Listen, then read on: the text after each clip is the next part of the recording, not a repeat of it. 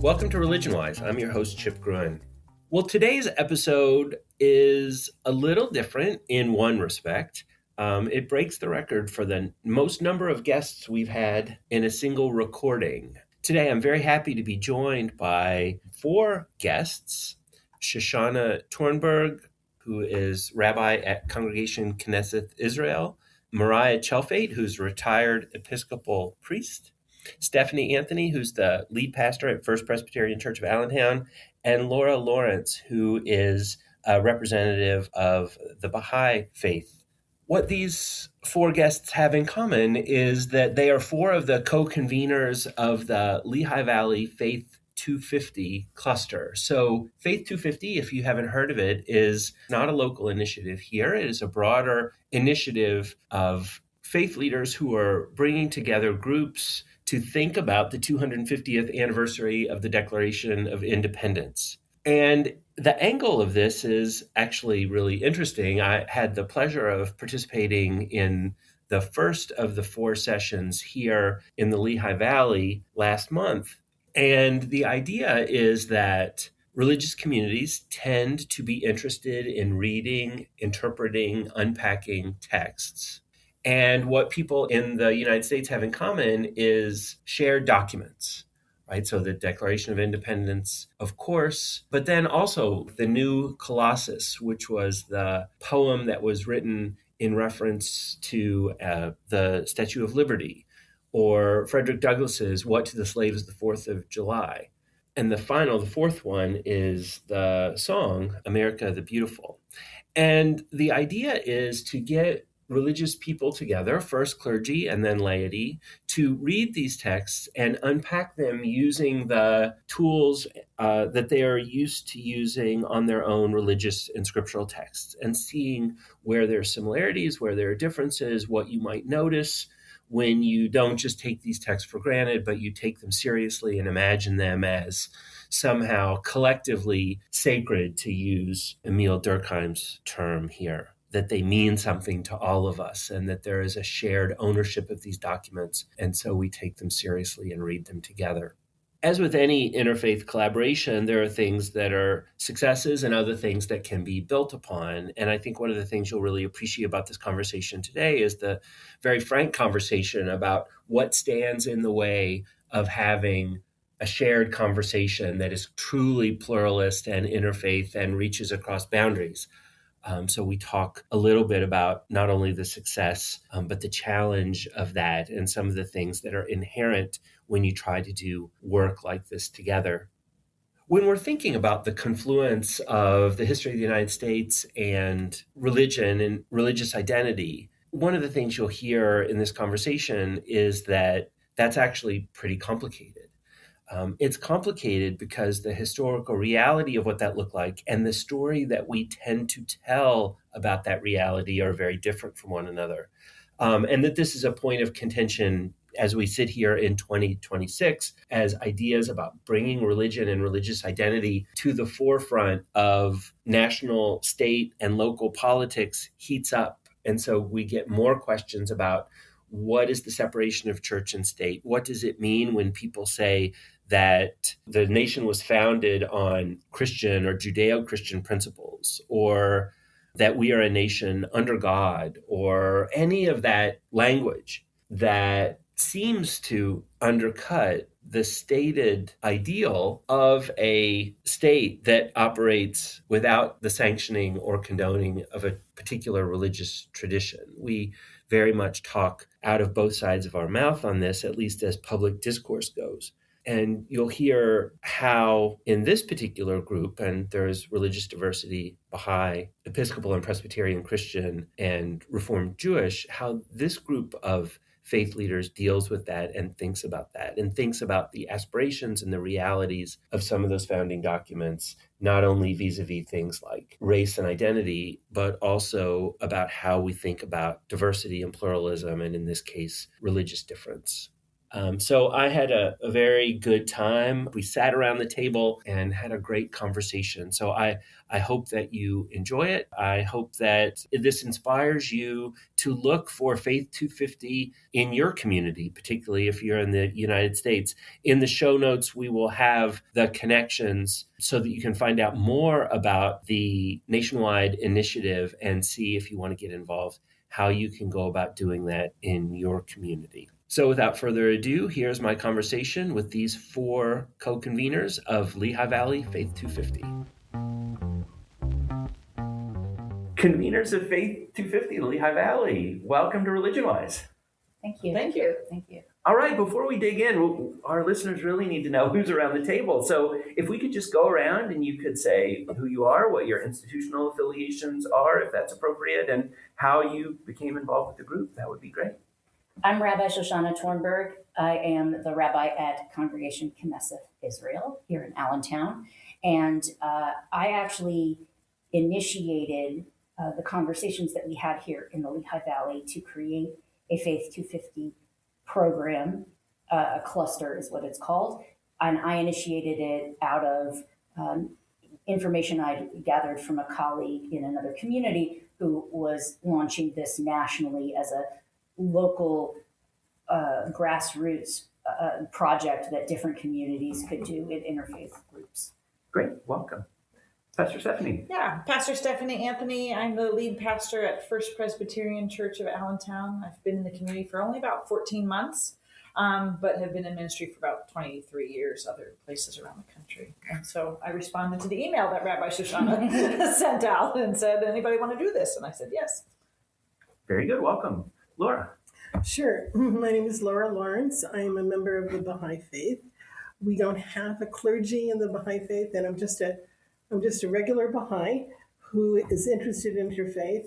I've been in the interfaith movement since 1980, so I've seen it really change over these decades. And I'm just happy to be here that Allentown has chosen to embrace Faith 250. Great, welcome. And then Mariah. Hi, I'm the Reverend Mariah Tjeltveit. I'm a retired Episcopal priest from the Diocese of the Susquehanna, and I was a priest here in Allentown for 21 years at the Episcopal Church of the Mediator, and have been involved in ecumenical and interfaith work for a long time. And right now I'm serving as the acting chair of the Lehigh Conference of Churches Interfaith Action Committee, and we're partnering with Faith 250. All right, welcome everybody. So for listeners who haven't heard of Faith 250, Rabbi Shoshanah, can you describe the initiative, how this particular cluster of congregations in the Lehigh Valley came together, who reached out to whom, what made this group happen? Well, I have a lot of networks, as any clergy person does, not just within the city that I live in, but also nationally within the movement of Reform Judaism. And so through one of those networks, I was connected with a colleague, Michael Holtzman, Rabbi Michael Holtzman, who serves the Northern Virginia Hebrew congregation. And he had begun to initiate this project, which was a vision that I think it's his vision, but he has all these people who've sort of gathered around him to develop this vision. And so it's become a very robust program where in individual communities, leaders such as myself or other clergy can convene a group of fellow clergy for 4 different fellowship sessions where we eat, we pray, we get to know each other, and we also study a key text in American history, almost as if it were scripture. And we use the lenses that we use when we study sacred texts to explore the meaning of a text, how it informs or fails to inform our understanding of democracy. It's really inviting people to come together at a time when it's very difficult to have meaningful, open conversations where differences of opinion are expressed, and really helping us build those skills for the soft skills that we need for democracy, things like benefit of the doubt, holding it in your mind, things like having an open heart, things like listening with curiosity, things like refraining from getting defensive the minute somebody else says something that could be in favor of something that you oppose. We know how to do that, but it felt like we needed to be retrained. All of us in America need to remind ourselves we know how to do this. We just have to practice it like a religious practice. You have to do it, and you have to do it, and you have to do it, and you have to make it a habit. So we put ourselves as clergy who are thinking about these issues all the time and working with lots of different people into a room and studied these texts. Now, the original structure was envisioned to be 4 different 2-hour sessions with all participating clergy. And each session we'd look at a different text. And there were discussion questions and ways to think about it. The 4 texts are, let's see if I can get off the top of my head. Yeah, not in order. America the Beautiful by Catherine Lee Bates. The Declaration of Independence by Thomas Jefferson, selections from it. The first one that we did was The New Colossus. The New Colossus by Emma Lazarus. Thank you. And we also looked at What to the Slave is the 4th of July. And that is an interesting collection. But we used it to sort of unpack some of the live nerves that those things might hit on, to identify where those texts fall short of our reality and where how we relate to them in that way. At the conclusion of those 4 sessions, we were then supposed to gather interfaith, intercultural groups from our congregations to come together and have some similar fellowship conversations, interfaith, like people at your table should be at least somewhat different from you. And also to just build community amongst those folks and build those same skills. We didn't do it exactly like that. We did 3 sessions, and we've found that in the Lehigh Valley, there were clergy who were sort of interested in the project but not able to come to all of those things. So they've kind of come along. Laura's a person who joined us sort of late in the game. There have been people who joined us after we were completely done with the clergy component. And we have made it more open to anyone in the community who might want to be part of these conversations. So far we've done 2. We've done the New Colossus and the Declaration of Independence. And we have 2 more sessions. And the exciting thing, hopefully, about this project is that it's envisioned that a group of self-selected folks who are part of this second round of conversations, the one that involves the community, will get together, and out of what we've learned and reflected upon regarding democracy, the state of democracy, what we want democracy to be, what we want to set a path for the next 250 years, is commemorated meaningfully in some sort of ritual or event commemorating the 4th of July, this coming July, or near that time. And other communities who are doing Faith 250 around the country, there are like 30 or 40 clusters and like over 200 congregations that are participating. I know some are doing them in the fall and some are doing them in June, and it's going to be different for every community. But our hope is that we are able to pull something together really meaningful for the Lehigh Valley. Hot dogs and fireworks are awesome, but we want to get a little deeper, and we think this is a good opportunity.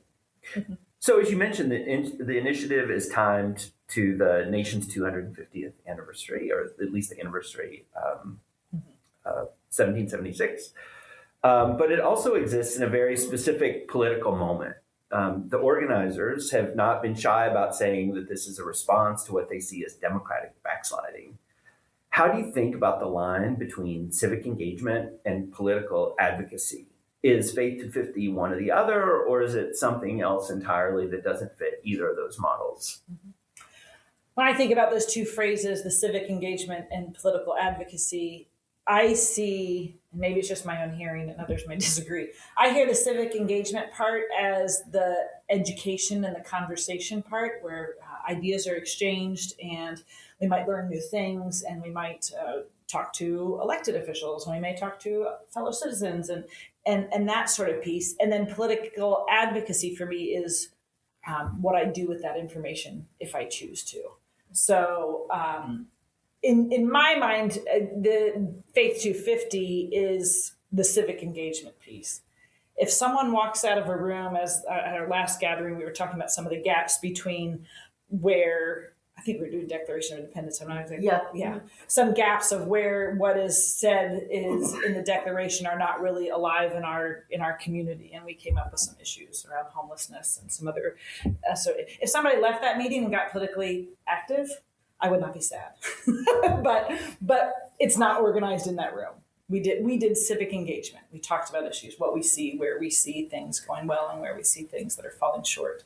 And I think that's a great setting for that. Now, if somebody wants to take that and find some connections. No, I think it's very important that this project is transpartisan. Yeah. That it is an invitation to everybody to commit ourselves to the skills we all need to maintain a democracy, which is not going to be a governmental system in which you always get everything you want, but you need to have the system in place so that we can function to assert or determine the will of the people and to move us progressively forward into the values of the texts, such as the Declaration of Independence.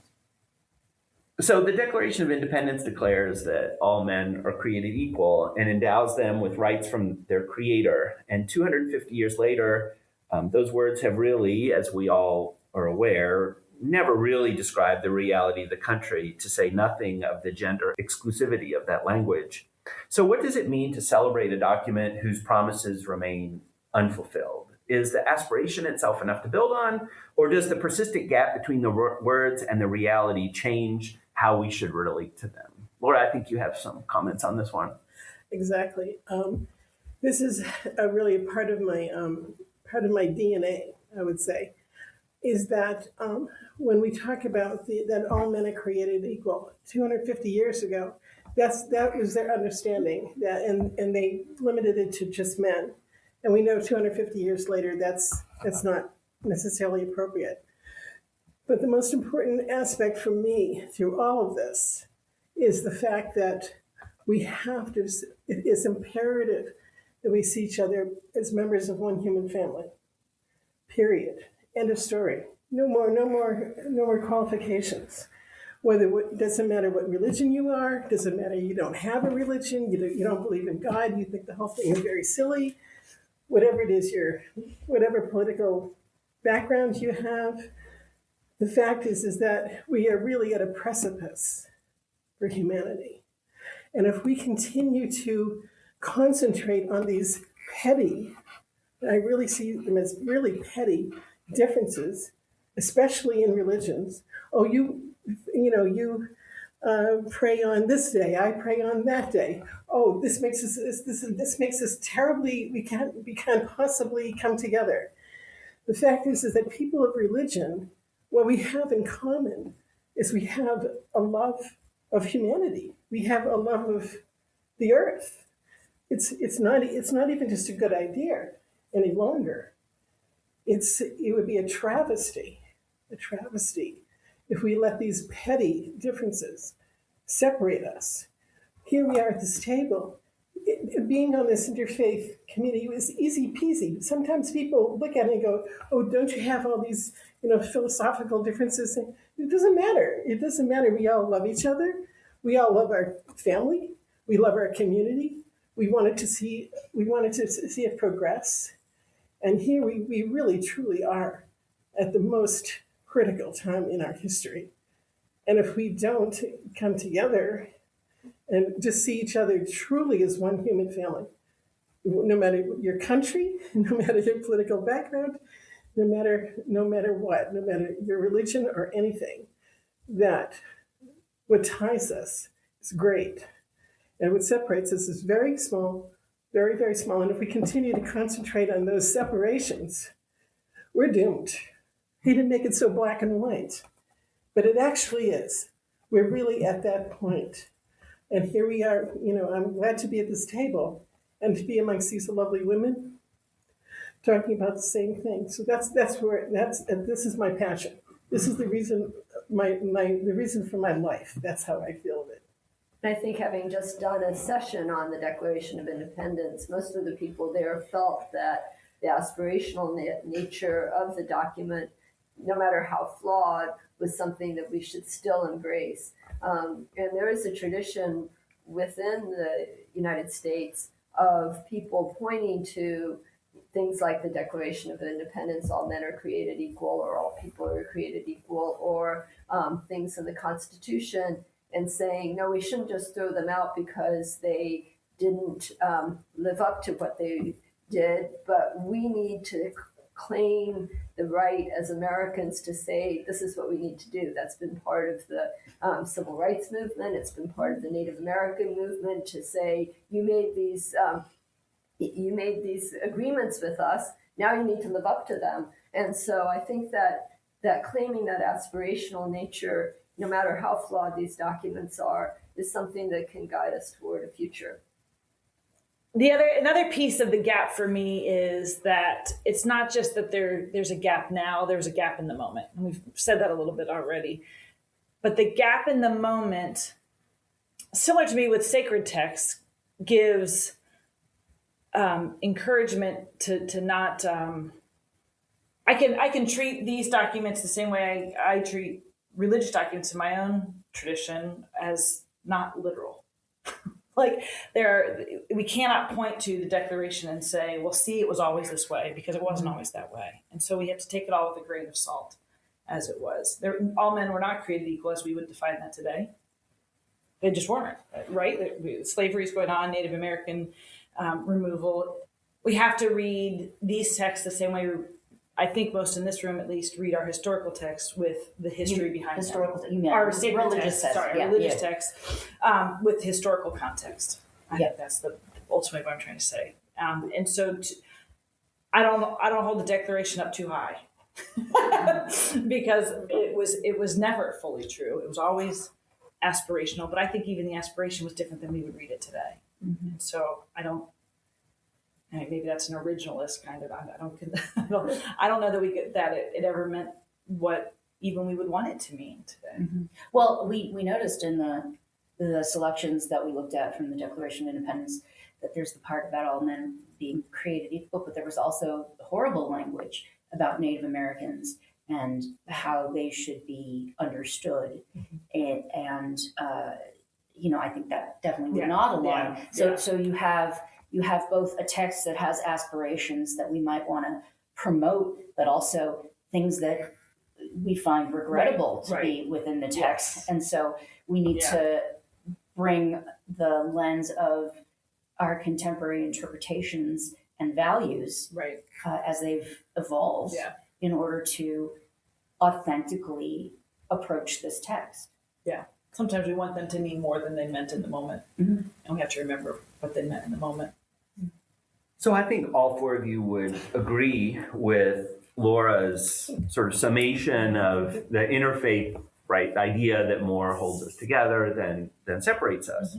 Mm-hmm. But it is occupational hazard of me to say, no, difference is really important. And we need to think about difference, because if we don't expect difference, then when differences come up, we look to our neighbor and say, I don't even know you, right? I don't understand where you're coming from. So in the spirit of that, I wanted to ask about what has come out of either the clergy sessions or the broader sessions, and I know only 2 of 4 of those are completed already, that has either been, points of deep agreement or unexpected friction or things that, that surfaced that needed more conversation because they were not self-evidently similar.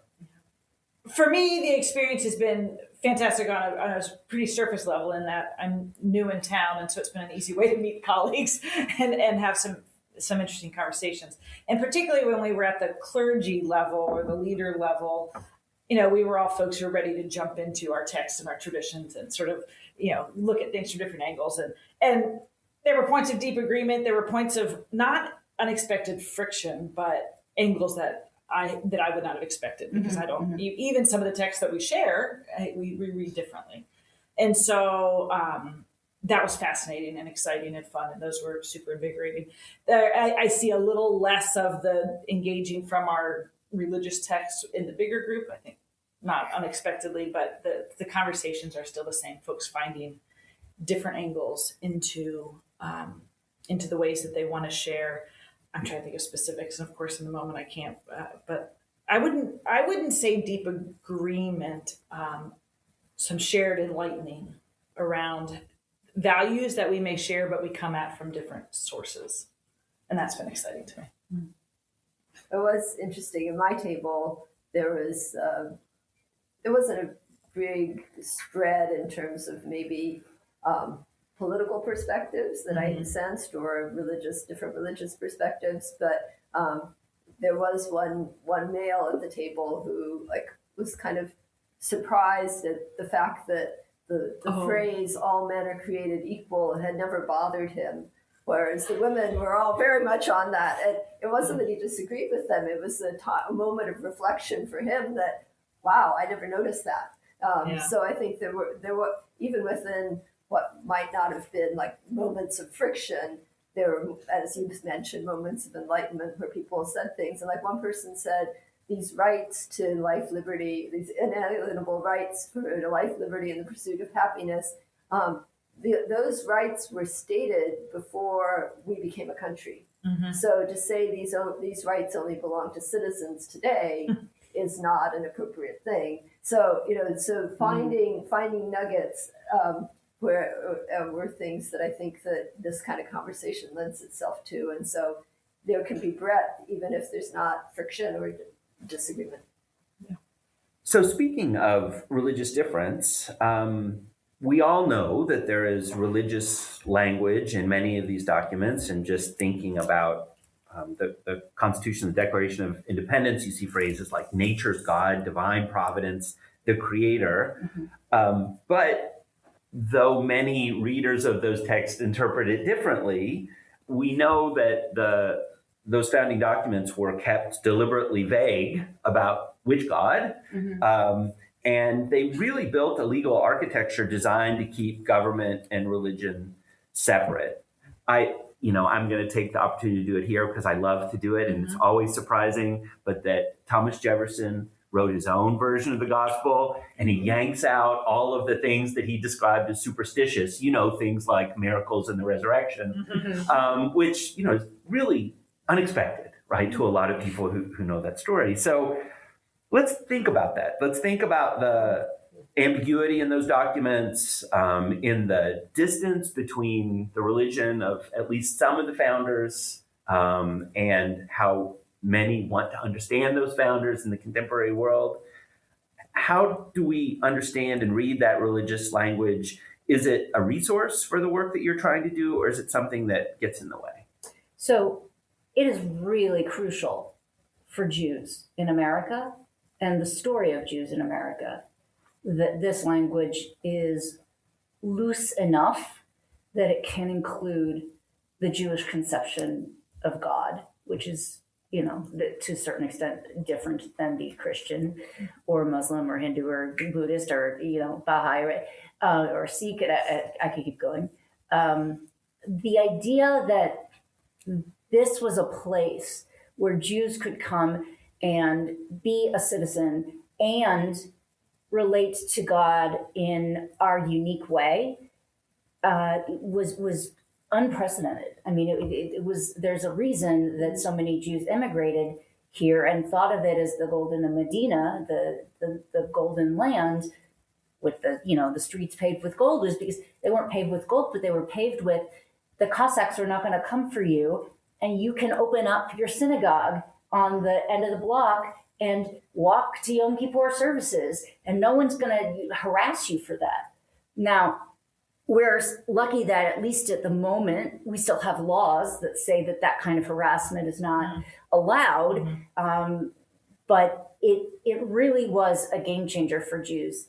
And one of the dearest documents to Jews in America is the letter that Washington wrote to the Jews of Newport, Rhode Island, talking about that bigotry should have no sanction in this land, and that we should be able to observe and practice our religion freely, which not every state within its own laws was complying with or thinking about.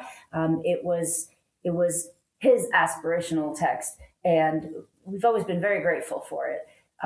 But even I did a study once for a textbook we were writing on American Jewish history, and one of the cool things is that in Washington's inauguration, there was a table that just had fish and dairy on it, so that the Jews who keep kosher could be part of this celebration, because it was a nation that was envisioned to have room for a multiplicity of religious traditions. That makes it weird that there's religious language in it at all, because the truth is that my ability to practice Judaism is just as central to America as an atheist's ability to profess atheism. So it makes me a little uncomfortable, because there's no reason that religious folks should be able to claim what this democracy thing is more than folks who are not religious. But I've enjoyed this gathering because it's invited us to use our religion, which is central to the lives of all of us, as an important lens for thinking about the meaning of democracy, because we live in a democracy and we are religious people, and that's how we get meaning. That's different than assuming that that's the cadence or the language of meaning for every person who encounters it. And I think to kind of follow up on that, so many people who came to the United States as colonists were fleeing religious persecution, and sometimes then they set up religiously persecuting colonies. But I think many of the people that were writing the Declaration of Independence were what we would call deists, who really had kind of a view of God as the sort of the nature's God or creator, who kind of like set everything up and then went off to take a nap or something like that. And so we don't really have the kind of perspective of the God that most of them had. And there is a strain within Christianity right now that is trying to read back into this religious language, a kind of evangelical Christian, deep faith, and that's just fake. That wasn't what they were about. But they lived in a context where God was kind of a given in a way that today it's not. But they were trying to create within that some spaciousness. And I think that we're all grateful for that, because it allows for us to have colleagues who are people of other faiths or people of no faith, and to know that we're all together in this. And I think that we then realize how important a democracy is. And I was reading one of the things about the document of Declaration of Independence is it starts "We the people." It doesn't say God did this. And so by starting it that way, when you're speaking to a monarch that is, been instituted by God, you're sort of putting attention. And we live in that tension. And I think that's a healthy tension that we live in the United States. So I think it's helpful. We talked a little bit about sort of what it meant at the time. When you talk about whether it's a resource or can it get in the way, when I think about that in my work today or congregational life today, I come out of a tradition where Presbyterian land, as I call it, where civic engagement, as we talked about earlier, is considered one of the highest callings, like the understanding of how God works in the world. There's nothing outside of the sphere that of what God cares about. And so being engaged civically is extremely important to us, at least historically. Where it can get in the way a little bit, and I think we tiptoed right up to talking about Christian nationalism. We're going to pull back just a little bit, is when we start to interpret our sacred texts in light of the historical texts instead of the other way around in my world. When we read into our religious scriptures with the lens of the Declaration of Independence and mix them in that way, rather than what I would encourage folks to do. We read the other way from where we are as people of faith, if we have faith or no faith or ambiguous. We interpret the other way around, and it can bump up against me. These language sometimes gives people permission to go, oh no, this is a religious text too. This is, I can use it the same way. And then we get to mix them together, and then we start going down some dangerous roads, I think, at least currently in the country. So you point to something that I want to kind of push on, and it gets to one of my critiques, might be a little too harsh, right? But critiques of these kinds of initiatives is that they end up being very largely center left and or progressive, right? So that the people at the table do agree because they choose to participate. Yeah. And you all have been, from what I've seen, have been very open to lots of different religious diversity in the Valley. But still, what you end up getting is a subset of the staggering religious diversity that we have here. I mean, to my knowledge, we don't have lots of Hindu or Sikh participation, for example, much less evangelical or, people who would disagree with the premises from the beginning. How do we think about that, right? How do we think about the difference between pluralism in its broadest form, where everybody has a seat at the table, and organizing conversations where people opt in because they largely agree with the premises and the outcomes that are going to happen from that group? I really wish that were different. I mean, in my heart of hearts, I truly wish that everybody was at the table. It would make it so interesting and so enlightening, and we could learn so much from each other. I mean, that's one of my regrets, I have to say. When I started out in this interfaith movement so many years ago, it was truly everybody that was at that table. First of all, I was the only woman at that table, certainly the only non-clergy, but that continues to today. And at that particular table, so many years ago, I was the youngest by 40 years. But at that table at that time, we had Roman Catholic, Greek Orthodox, Russian Orthodox, several Muslim imams, myself, amongst all these people, and it really was the most diverse thing. And that's my introduction to interfaith.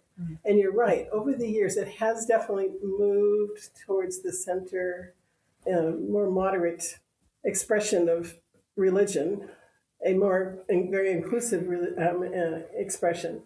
And honestly, we all wish we could have much more diversity on this represented here.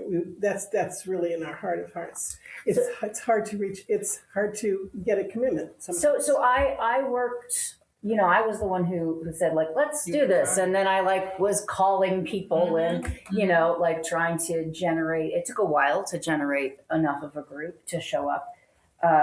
And I tried with all of my networks and all the people that I knew to have this group be as diverse as possible. And I think that there are some things that made that extra hard, such as the timing was lined up with Ramadan in a way that wasn't super helpful. We also, I'm a Jewish leader, and, in my attempt to get Muslims involved, I don't know what kind of pressures they were facing from their communities regarding being part of something like this. Being able to have those conversations. There's, in this community, many American Muslims have family that are currently living under violence in parts of the world, and that makes this a harder conversation. The other thing is, look, I'm a white woman, or at least I appear to be a white woman in most contexts, and so there's a lot of things I walk around the world just assuming are the way things everybody does, because that's a feature of how we're educated in our society, that the way that you're doing things is the normal way, or the most inviting way, or the most sensitive way. And I have been wondering, and since the beginning of this, is there something that we're doing or not doing in the way that we're talking about this group or conceptualizing this group that is inviting certain people to not show up? Like, are there people that say, yeah, this is not going to be a place where I'm comfortable because there's something that I don't even see, but that's a learning I could do. That's an education that we could gain. I am curious to hear from people in the community who knew about this, who are very right-wing in their views, to find out what kept them from coming. I do know a few people who are further to the right, at least than I am, that did show up and have shown up, but it continues to be a growing edge, I hope, for how we do interfaith work. You can invite everybody to your party, but if they don't show up, maybe you're serving cake and they're gluten-free. You may not know all the things you need to know to make someone feel welcome.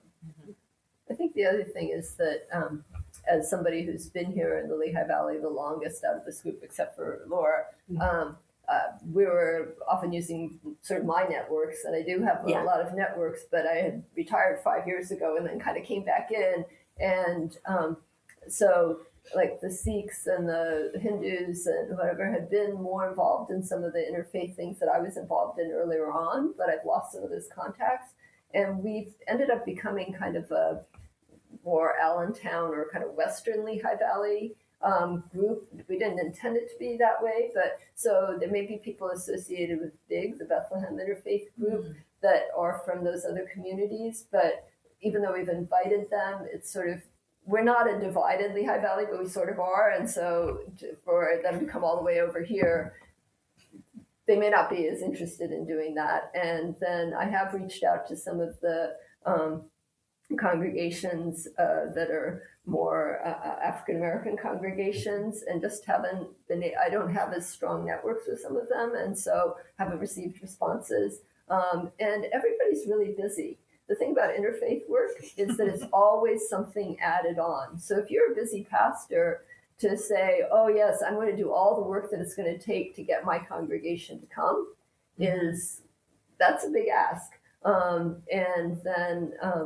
And also I've gotten to know some of the Latino pastors, but they're like, we're really busy on a Sunday afternoon.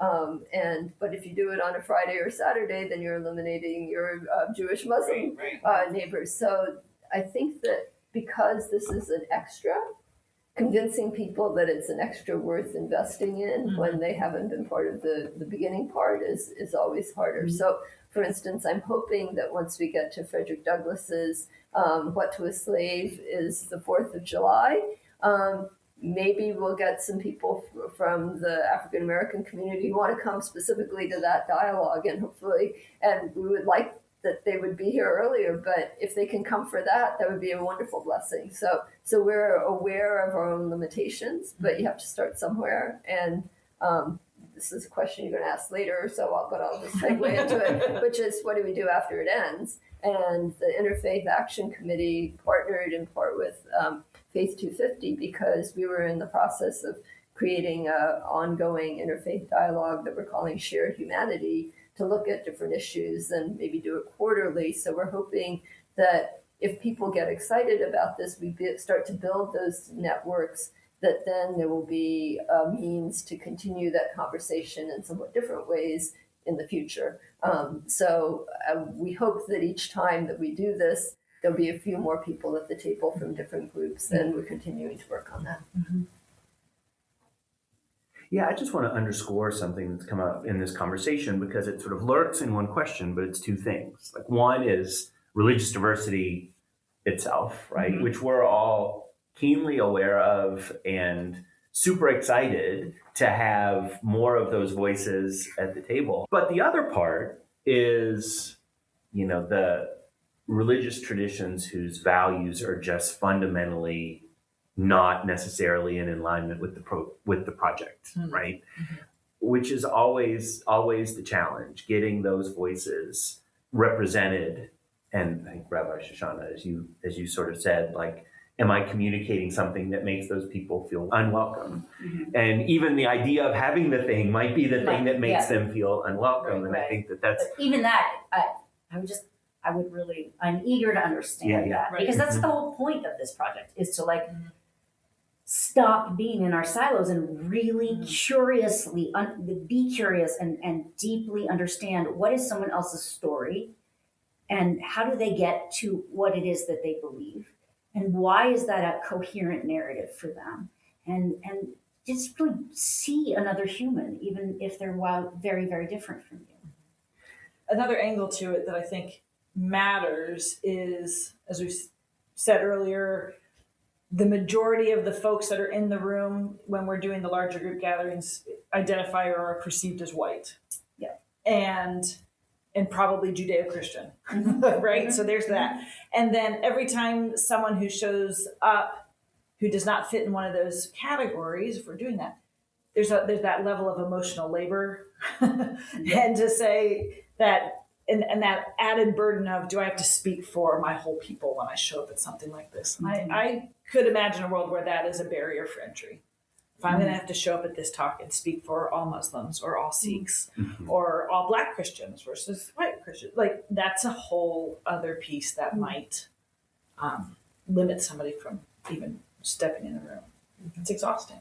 And there's people telling us every day these days that that's been exhausting for a long time. So the question I like to end on, and I want to give this one lots of space because I want everybody to answer it, is what am I not asking? Like, what are we not talking about that you think is super important to either understand the aims of this project or the logistics of the project? I'm always keenly aware that, I'm on the outside of this thing looking in, and so I might not have my finger on the things that are really important that we consider. So I'd love everybody to take a shot at that. What are we not talking about that we should? I don't know that there is something you haven't asked about because the thing that really bubbles up for me is the issue of diversity and how it is that we're missing the mark on that. It limits how effective and meaningful conversations can be. I know how to have a conversation with someone that agrees with me. All of us do. And if there's, a discussion of a text and we basically come out with the same kinds of values, that's nice. I've appreciated the relationships. I was really hoping that this would be a thing that I could do in the world, not by myself, obviously, but one of the, everybody's saying like the world is going to hell in a handbasket. Like, what do we do? How do we respond to this moment? And I was really hopeful that this was one of those things that could help us respond to the moment. Because I think the way that we respond and the kinds of communities that we build, that's the story of our lives. When you were there and it was bad, what were the things that you did?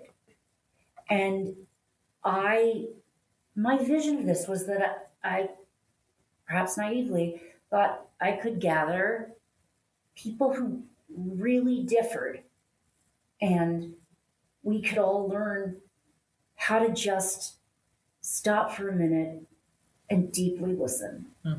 Because I think we've forgotten how to do that. And that if you don't have that, democracy cannot last long. For myself, I wanted to learn how to do that listening or relearn how to do that listening.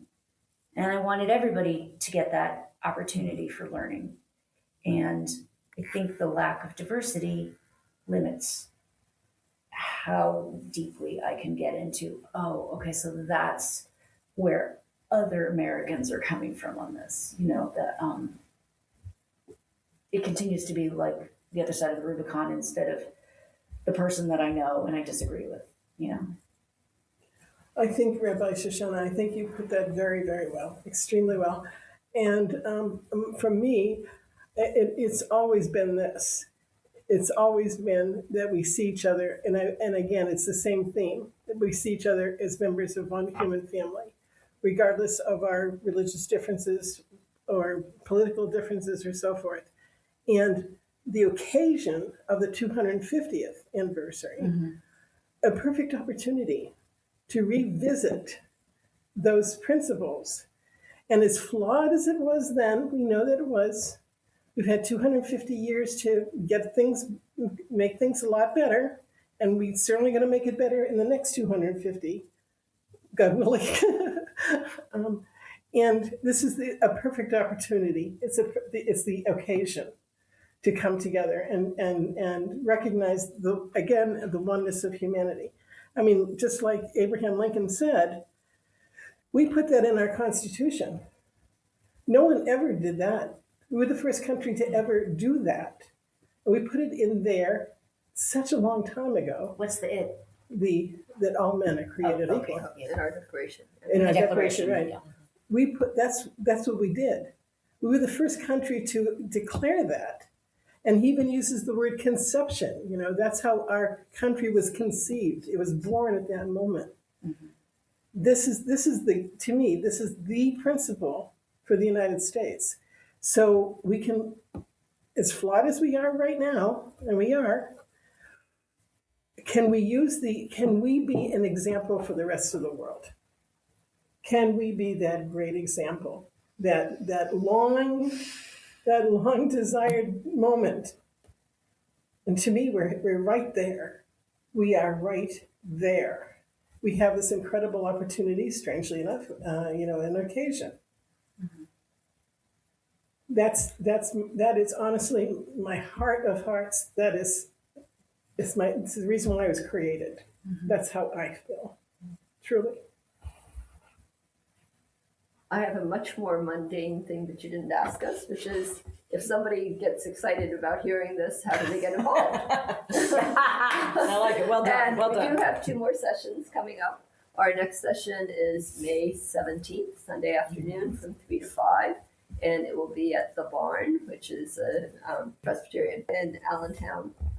Then the last one will be at First Presbyterian, where Pastor Stephanie is the pastor, also in Allentown, and that will be on June 14th. From 3 to 5. From 3 to 5. Yeah. Again, Sunday afternoon. And then we have an email address. Yeah. lvfaith250@gmail.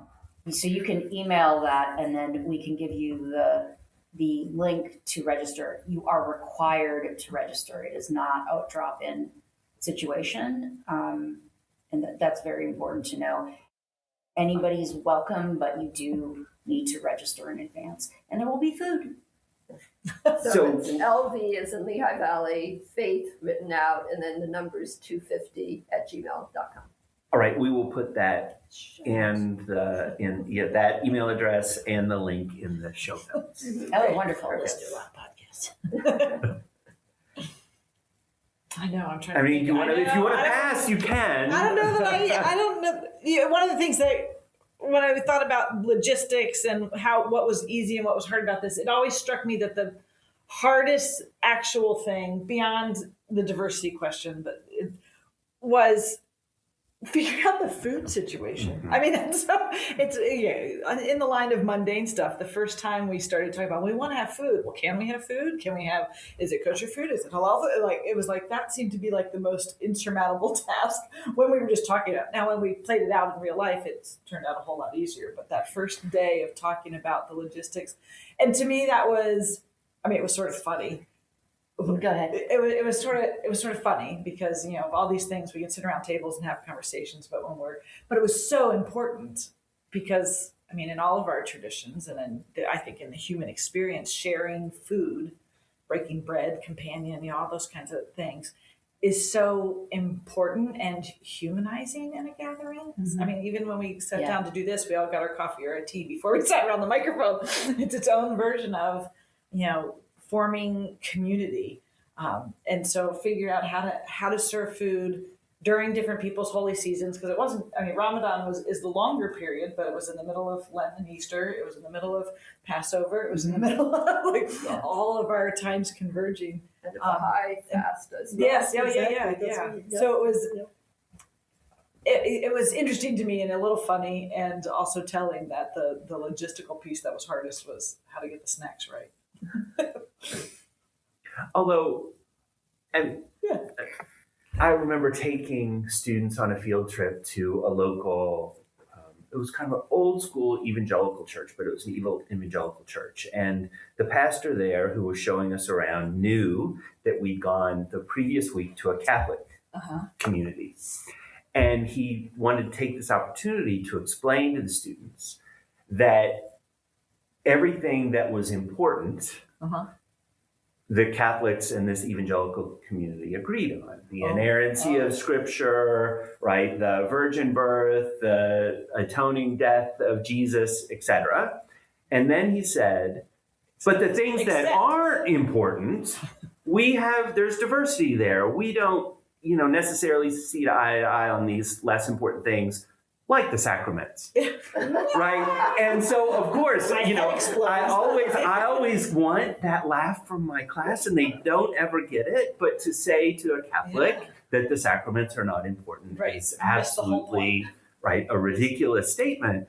And so I bring that story up because the idea of this mundane thing of the food you eat, it's that's important. It's super important and not mundane at all to people who have communities divided. And getting it right was important. That's I'm sorry I didn't say the other half of it, because that's certainly, it was important to get it right. And there was a point at which I think I even said, maybe we just don't do food. This is hard. Right. But the hospitality of getting it right is so important.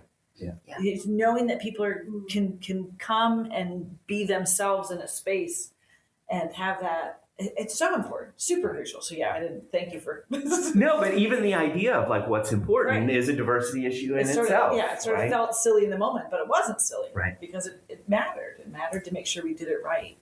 Well, thank you all for coming in. This has been great. As listeners have heard, it's been a grand experiment and having 5 people around the table to do this live. So I really appreciate you all being here for that, and I appreciate your work at Faith to 50. Thanks. Thank you very much. Thanks for having us. This has been Religion Wise, a podcast produced by the Institute for Religious and Cultural Understanding of Muhlenberg College. Religion Wise is produced and directed by Christine Flicker. For more information about additional programming or to make an inquiry about a speaking engagement, please visit our website at religionandculture.com.